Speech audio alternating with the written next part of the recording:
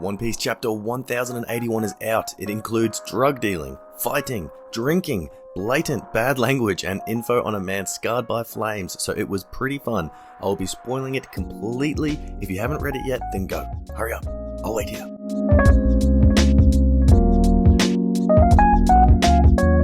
So my favourite part of this chapter was the backstory between Blackbeard and Kuzan, featuring all of the Blackbeard pirates. Before we get some action between Garp and Kuzan, we get a little backstory from 2 years ago, just after Kuzan and Sakazuki had their famous duel on Punk Hazard. We hear Blackbeard screaming and slamming open a door to a bar to find the chillest man in the New World sitting and just sipping a drink. So Kuzan has had an altercation with some Blackbeard pirates that ended up with San Juan Wolf, Vasco Shot, and Dot Q all frozen. I think Kuzan is maybe my number one fictional character that I'd love to run into at a bar, just like to hear them talk, just to shoot the shit and hear him tell some stories. He continues on and starts regaling Blackbeard about his broken heart and his bad mood because of the recent loss to Sakazuki. So just like Kaido, it seems that Kuzan is also an emotional drunk. He and the Blackbeard pirates are all just getting drunk, drinking, hanging out and swapping stories. They are pissing themselves laughing, and you can see every pirate has a drink in their hands. Like the last chapter, this one's also fleshing out the Blackbeard pirates with emotions, with happiness, and with hobbies that make them so much more interesting than just being menacing or evil. They also have downtime themselves. They enjoy a drink, they like hanging out. Later I'll get into how the Blackbeard pirates all have their own agendas, but you can tell from this scene how they can genuinely get along amongst themselves like they are a pirate crew.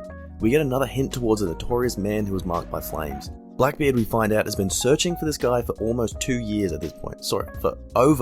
We get another hint towards a notorious man who was marked by flames. Blackbeard, we find out, has been searching for this man for over 2 years at this point.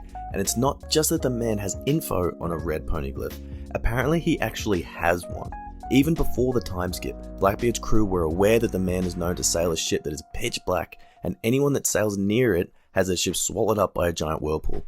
Sounds like the Black Pearl or something. I love this. So this person very likely has a devil fruit power, and I can't for the life of me think of one that could make whirlpools, but we have at this time already seen some people way at the start of One Piece. In the Arlong Park arc, we saw Kurobi and Chu move a rock underwater in front of and under a water current to create a whirlpool by a ship.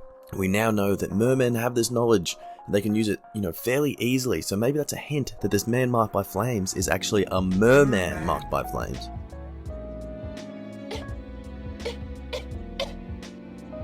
Merman!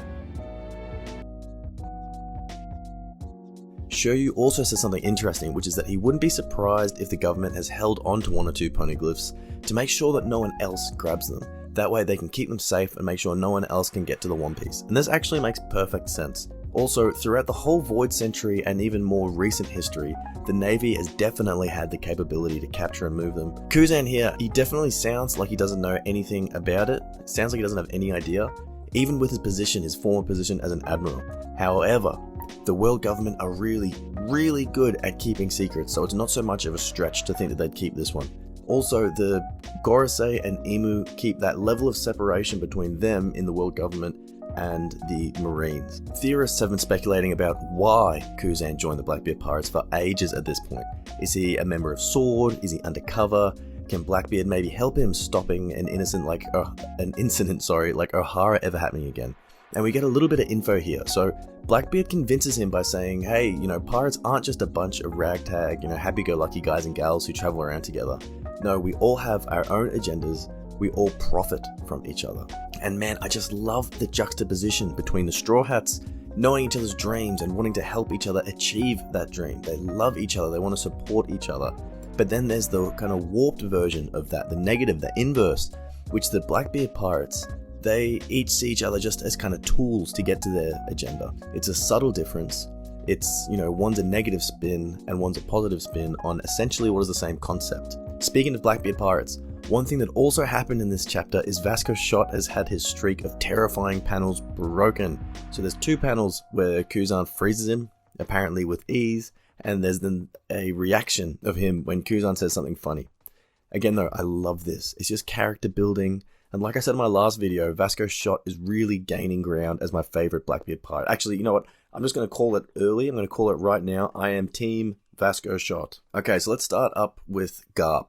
So we're treated to an awesome panel showing the aftermath of his Galaxy Fist, his Galaxy Impact. He just looks ice cold as he looks over the destruction of one punch from him. Now, the first thing he says is how he's really lost his touch, like he's unhappy with how much damage he did.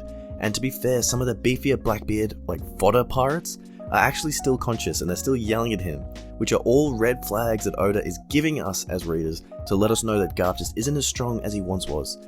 Obviously, he is immensely powerful by any normal human standards, but he was untouchable to anyone but like Roger and maybe Whitebeard back in his heyday. But now Garp himself is admitting that he's not as strong as he once was. This means someone as high of a power level as, say, Kuzan could potentially take him out, especially if he's getting support by some Titanic captains. Now, the way that Garp's fist is just crackling with Conqueror's Haki is so cool, and how they've shadowed his face except for his bright smile is so menacing, it's so awesome. It's great to see a character like Garp get so much cool screen time, and isn't it fitting that we get the entry of Kuzan to the fight by him freezing Hibari, the granddaughter of Akainu. I don't want to look too much into one small panel, but whether it's just shock or surprise, Garp actually looks quite stressed out here.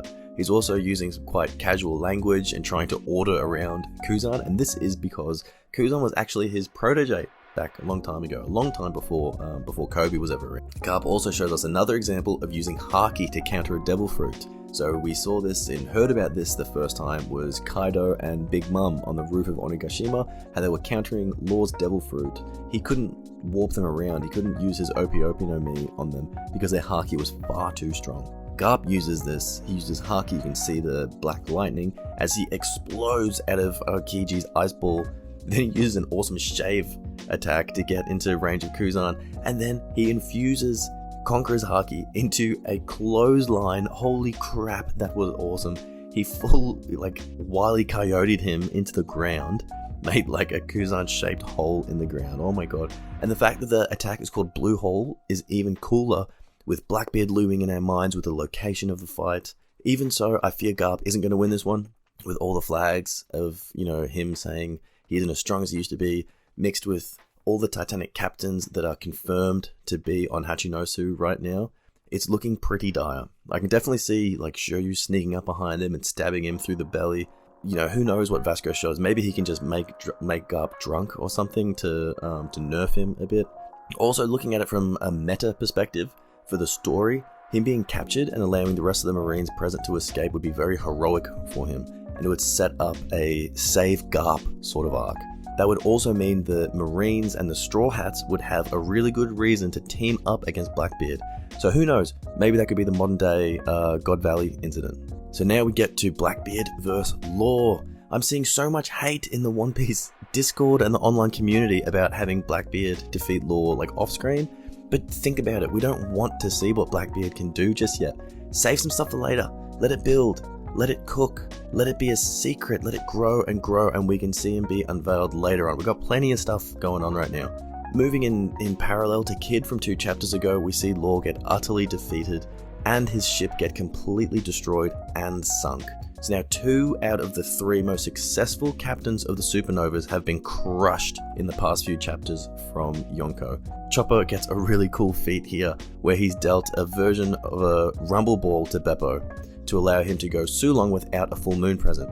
And even though Chopper is barely even featured in the panel, it's a little like chibi version of him, I'm so happy that he gets a feat where he can use his science background and chemistry to come up with some cool stuff for other people.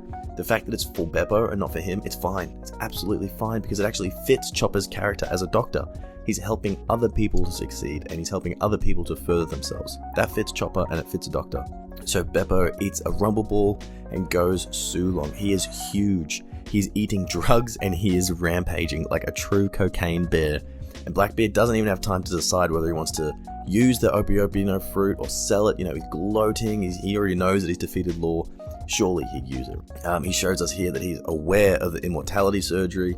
He doesn't have time to think before Beppo whacks Orga and Burgess all off their feet. However, it didn't really do anything, didn't do any damage, as in the next bloody panel they're all straight back up on their feet and actually attacking him. However, Beppo smashes a huge boulder over their heads and then jumps into the water where he zooms off. So we know that the Heart Pirates, I can't remember where they're from, is it North Blue, South Blue, West Blue, I don't know. but we know that they're really good in water, and that water combat is kind of their thing. So yeah, alright, I'll give it that Beppo's a fast swimmer, and he's in Sulong form, so he's going even faster. But, you know, does he zoom fast enough and far enough so that he couldn't get shot, or, you know, Augur couldn't just warp up into the air constantly and shoot him down? I don't really know. It's a little how's it going? But, you know, maybe Augur needs something to warp to. Maybe he has to, you know, warp to the ground. Maybe he gets too tired for over warping, like, longer distances. We don't actually know anything about his fruit, so we'll give it a miss for now. I do think that, especially at the start when Beppo's on the surface, if Augur had time to recuperate after getting smacked with the boulder, I definitely think he should have shot him, and I think he has definitely got the capability. We know he's an incredible sniper.